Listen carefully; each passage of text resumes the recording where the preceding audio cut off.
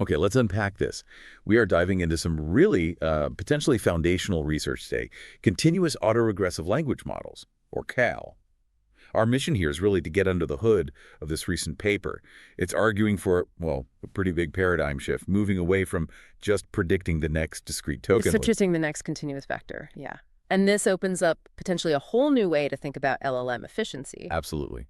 Which we desperately need. We do. It targets that core scaling problem that, standard transformers have always had. Yeah. The issue is fundamental. These incredibly powerful models, they still generate text by predicting one simple low information unit after another. It's laborious. And the numbers really highlight the bottleneck, don't they? Even with modern tokenizers, 32,000, maybe 256,000 vocabulary size. Yeah. You're still only getting like 15 to 18 bits of actual information per token. Just log base 2 of 32K gives you that 15 bits, yeah. It's surprisingly low. So you have these giant models working really hard on predicting, well, not very much information at each step. Exactly. And the compute cost, both for training and when you actually run inference, it just scales linearly with how long the sequence is. A lot of wasted effort on these information-poor units.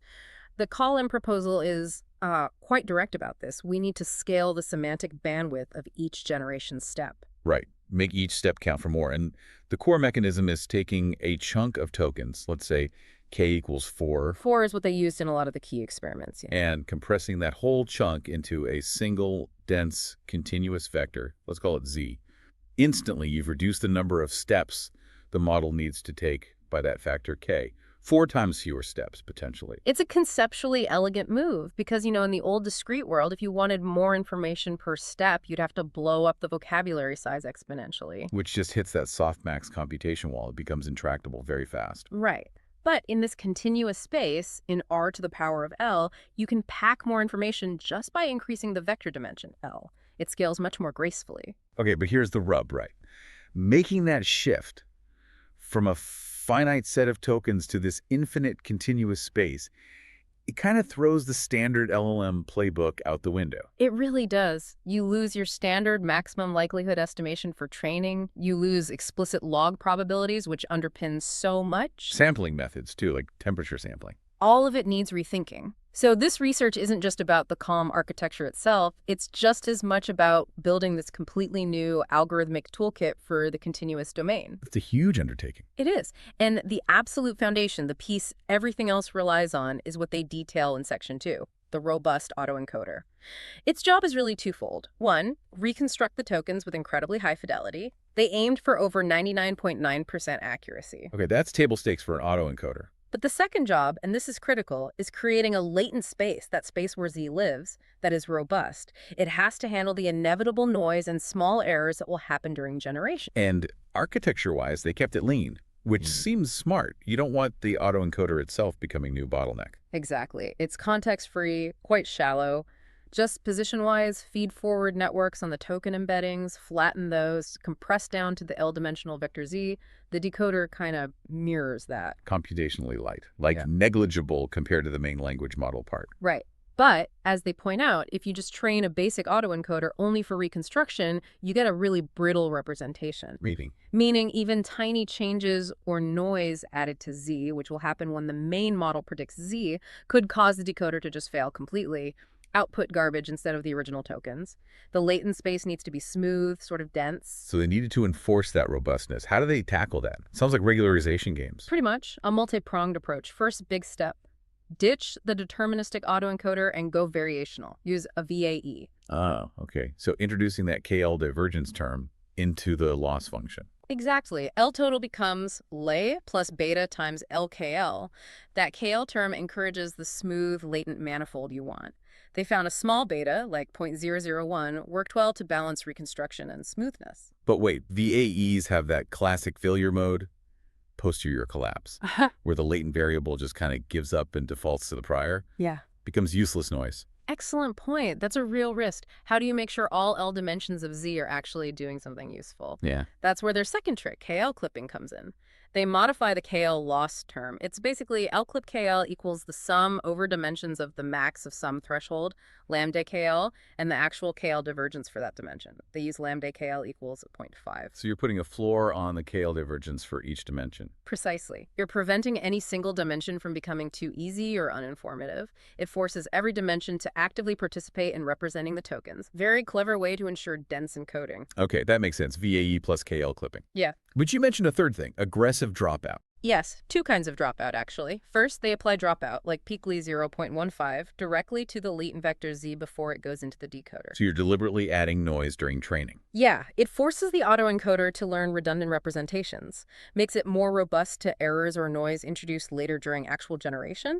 And second, they also randomly mask some of the input tokens, again, maybe 15% probability.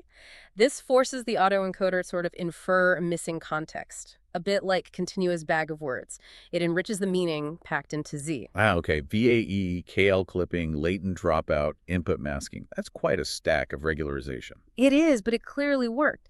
They showed that with K4 tokens mapping to L128 dimensions, the decoder could still reconstruct with over 99.9% accuracy, even when they deliberately added significant Gaussian noise like sigma around 0.3 directly to Z. That's impressive. That level of robustness in the latent space is absolutely crucial for the whole column idea to even get off the ground. Totally. It's the bedrock.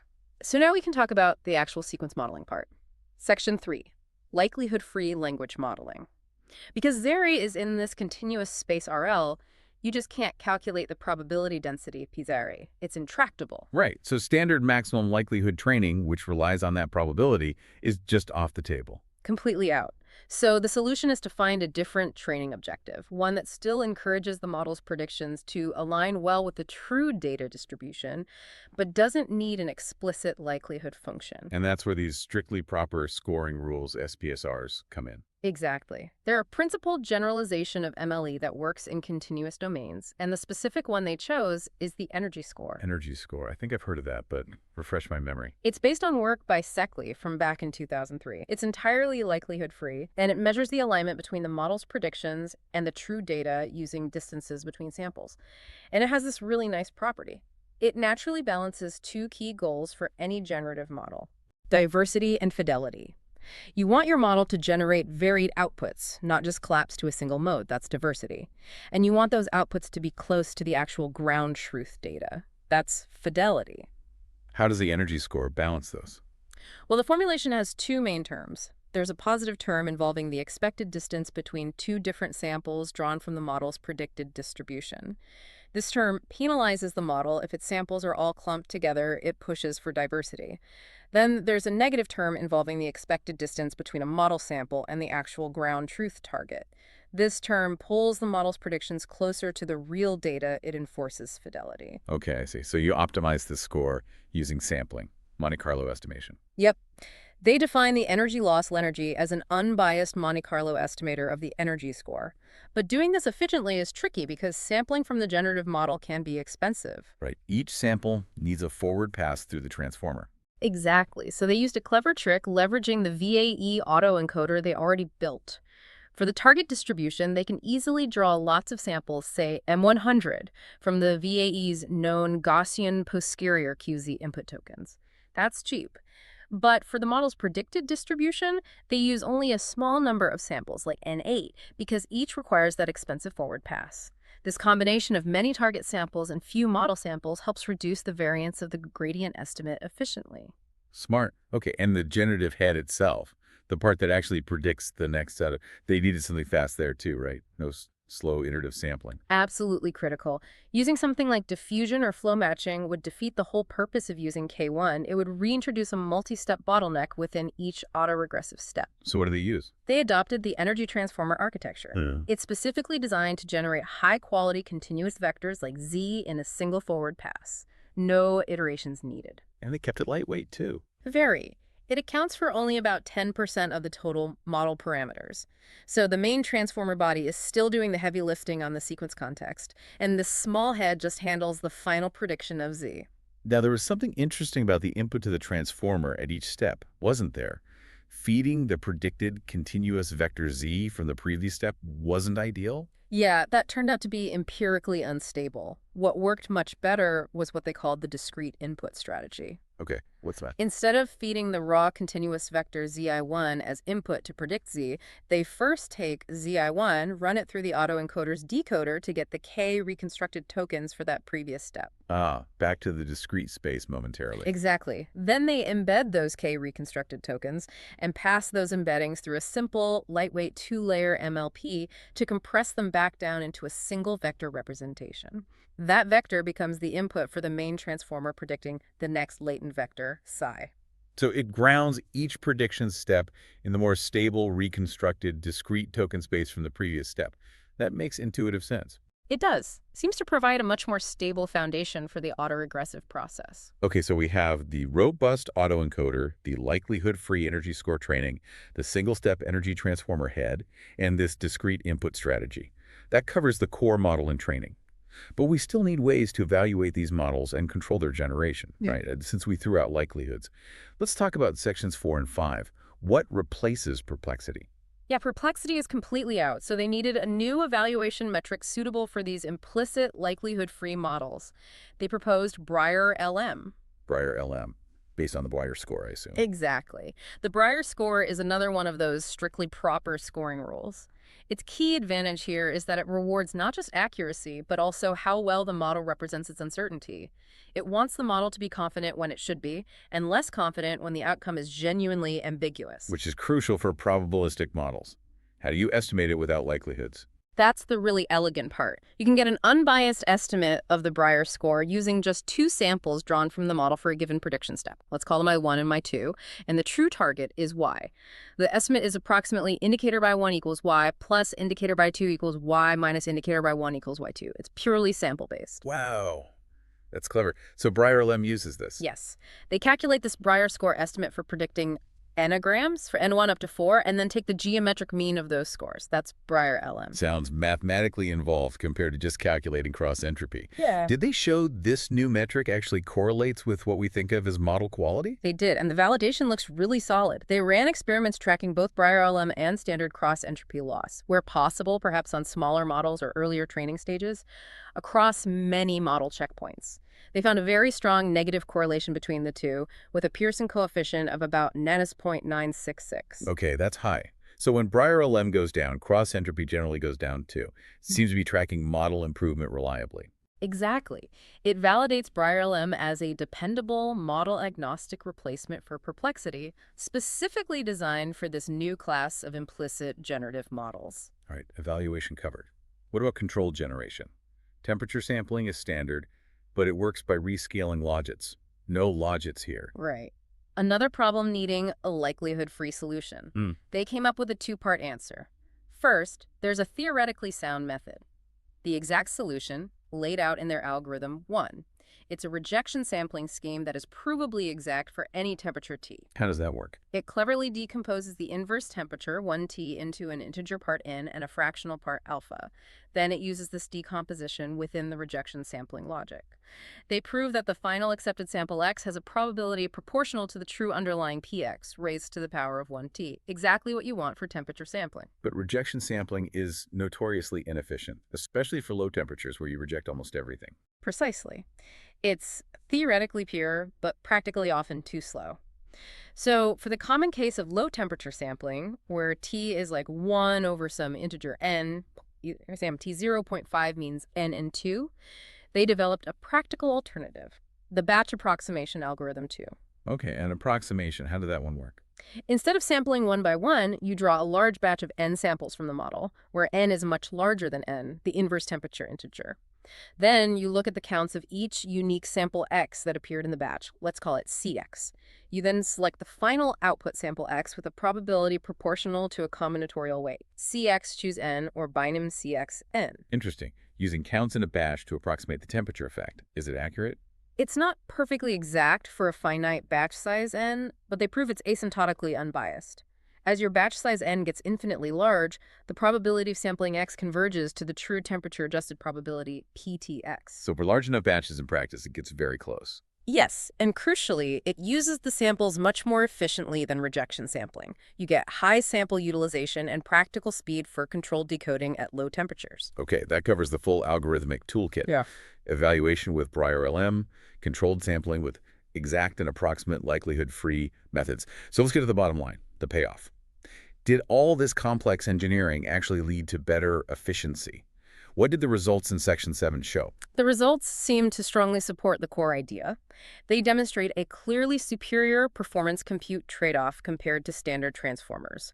For example, their Col-M model, which has about 371 million parameters and uses K4, performed comparably to a baseline transformer S model with 281 million parameters. Okay, slightly bigger model. But it required 44% fewer FLOPs for training and 34% fewer FLOPs for inference to reach that comparable performance level. Wow, okay. That's a significant reduction in compute for the same quality. The overhead of the autoencoder must be pretty small then. It seems to be, yeah. The gains from reducing the number of autoregressive steps by a factor of k really dominate, making the whole system more efficient overall. And the most important claim was about K itself, right? That it's a new way to scale models. Did they show that working? They did, and that's perhaps the most exciting result. They showed performance, measured against compute, improving dramatically as they increased k, the semantic bandwidth.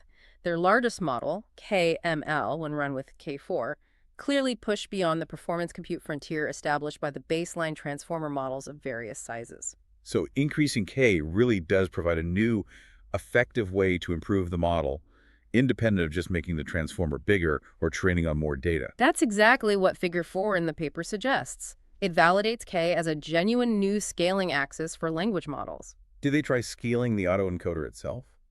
Making it deeper or wider? They did, yeah. They ran some ablation studies reported in Section 7.3. They tried adding more layers to the autoencoder, increasing its dimensions, even training it on more data. And interestingly, they found very little benefit from doing that. Which suggests?